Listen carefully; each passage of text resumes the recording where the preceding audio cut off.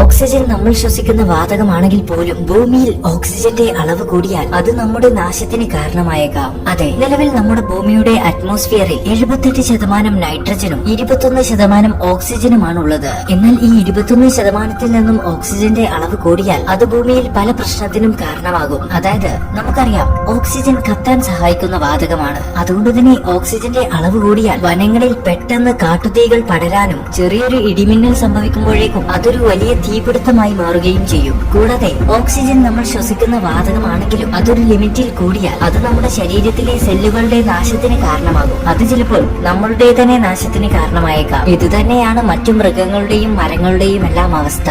കൂടാതെ ഓക്സിജൻ കൂടുന്നതിനനുസരിച്ച് ഭൂമിയിലെ ലോഹങ്ങളിൽ ഉണ്ടാകുന്ന ഓക്സിഡൈസേഷന്റെ അളവും കൂടും. ഇത് നമ്മൾ ഉണ്ടാക്കിയിട്ടുള്ള ഈഫൽ ടവർ പോലുള്ള മെറ്റൽ ഇൻഫ്രാസ്ട്രക്ചറുകളുടെ നാശത്തിന് കാരണമായേക്കാം. ഇതിലൊക്കെ ഉപരി ഭൂമിയിൽ ഓക്സിജന്റെ അളവ് കൂടുന്നതോടെ ഭൂമിയിൽ നിലവിലുള്ള കാലാവസ്ഥ തന്നെ പൂർണ്ണമായും മാറും.